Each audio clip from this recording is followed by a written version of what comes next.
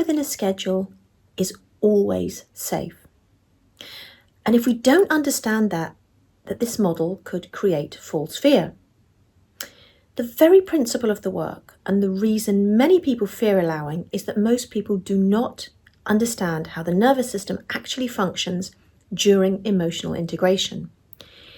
If someone does not understand capacity, titration, pacing, and the safety signals the schedule provides, and the protective role of the ego, then of course they will mistakenly believe that they have flooded themselves or re-traumatized themselves.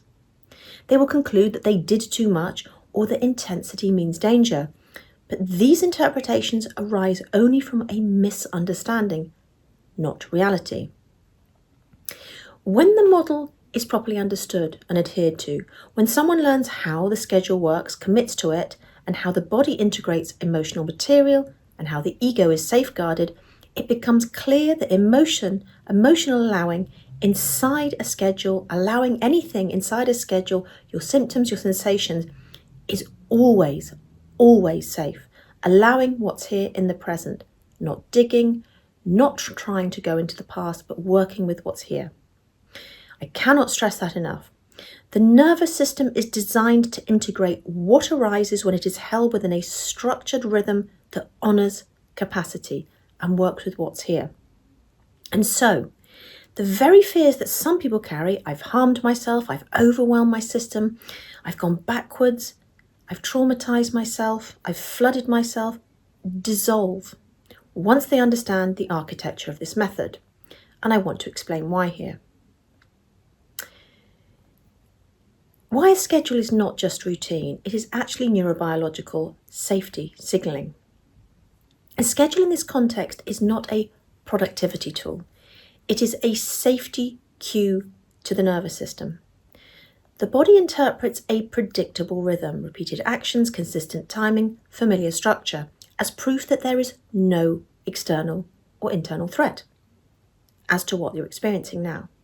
According to Stephen Porges' polyvagal theory, predictability activates the ventral vagal system, calming the amygdala and signaling safety throughout the body, and of course, throughout the ego's perception of what is or isn't safe. So when you follow a schedule, the amygdala relaxes because nothing unexpected is happening. The insula interprets internal sensations in a safe context.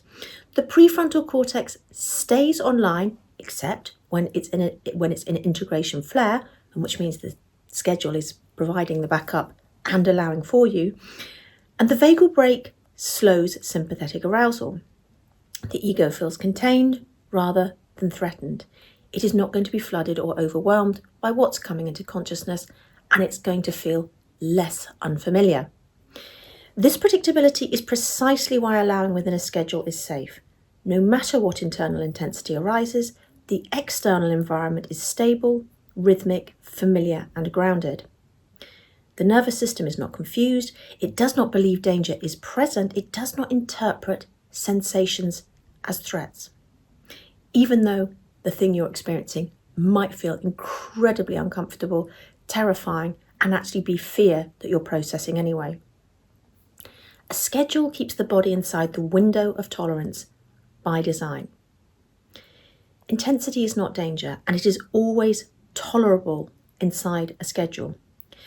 And because people lack the understanding, they often misinterpret intensity as something harmful. They think that the shaking, the pressure, the dizziness, the heat, grief, fear, or emotional charge, or the integration flare of I've done too much, I'm off it, I feel offline, feeling fluey, hungover, and having symptom spikes means I've flooded myself, I've re-traumatized myself, I did too much, I opened something I shouldn't have.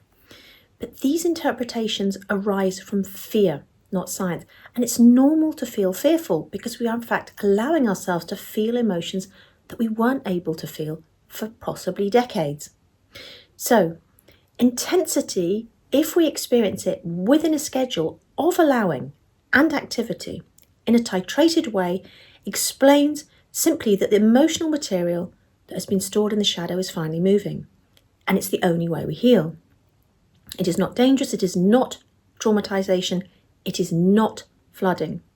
And inside a schedule, intensity can never be overwhelming because the activity is already proven safe by having a worst day baseline. And your worst day, of course, is the day you feel completely at your bottom, like you're in a flare, but you can still turn up and do the schedule.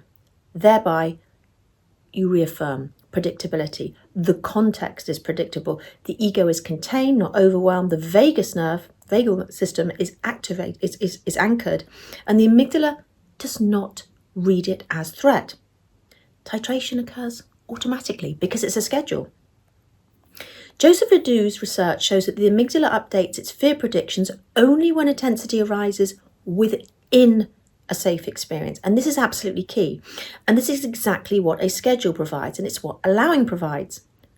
So safe exposure, repetition, update, it's in. It goes from shadow, which is foreign, which has been exiled, to be allowed into consciousness, to be allowed through a flare of integration, which will feel horrible, and then it's in. So intensity inside a schedule becomes healing, not harm. Why, alternatively, overallowing exists only outside a schedule? And this is critical to understand. Overallowing is not caused by emotional material. It is caused by lack of structure. It only exists if we don't have a schedule, if we don't know our limits, if we don't have a steady baseline. Because overallowing means unbound exposure without pacing, without titration, without repetition, and without a container or frame.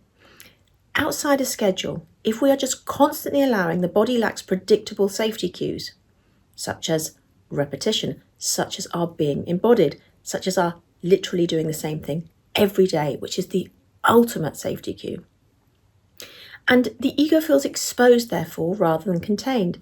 And the amygdala registers this uncertainty as threat. Sensations feel chaotic instead of integrated because they will feel like chaos anyway.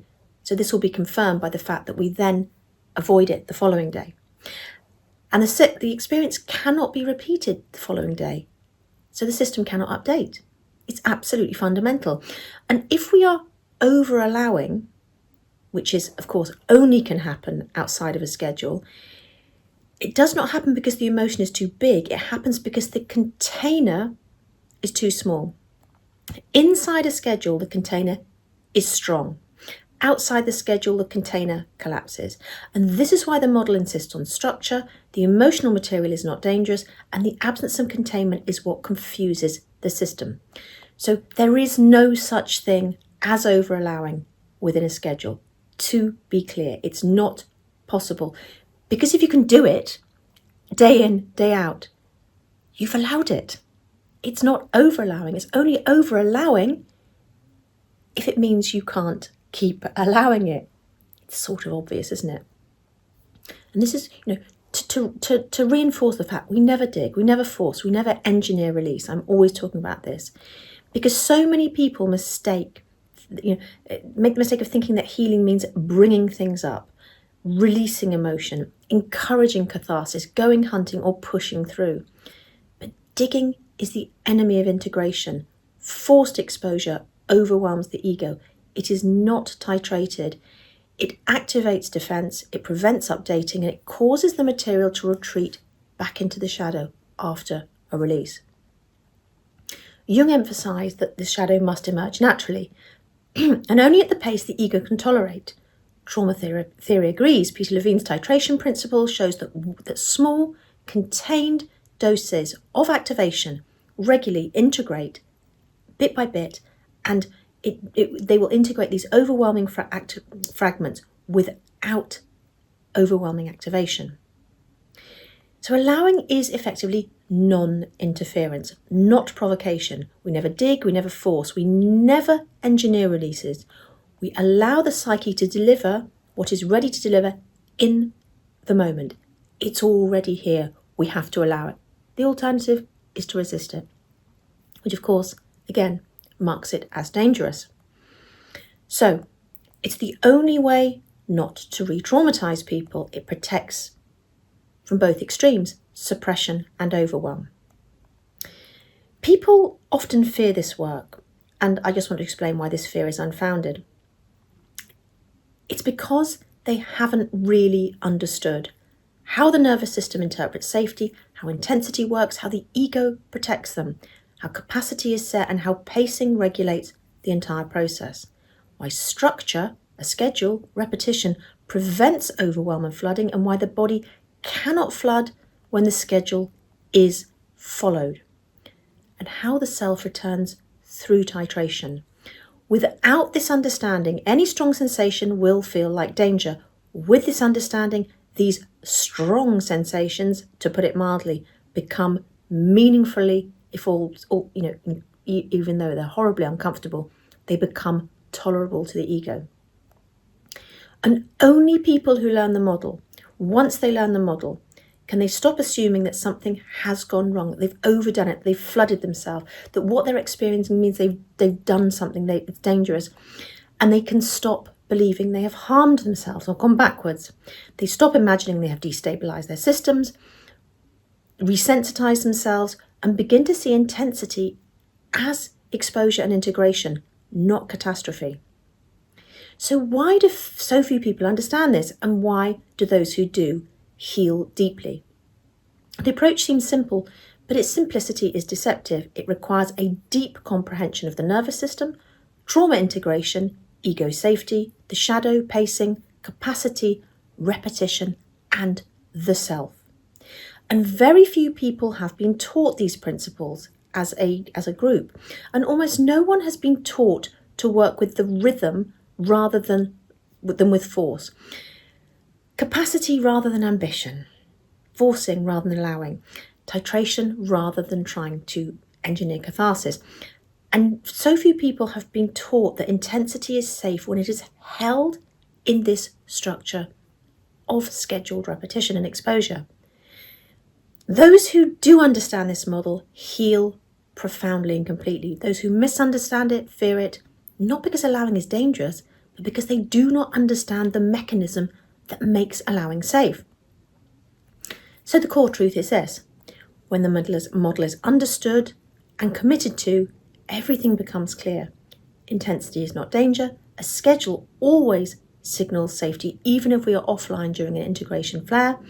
Allowing within structure can never overwhelm the system. Overallowing happens only without structure.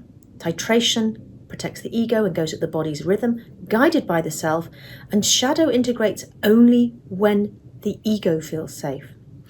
Healing is emergent, never engineered. And therefore, just to reassure you, you cannot harm yourself by allowing within a schedule. You can only heal.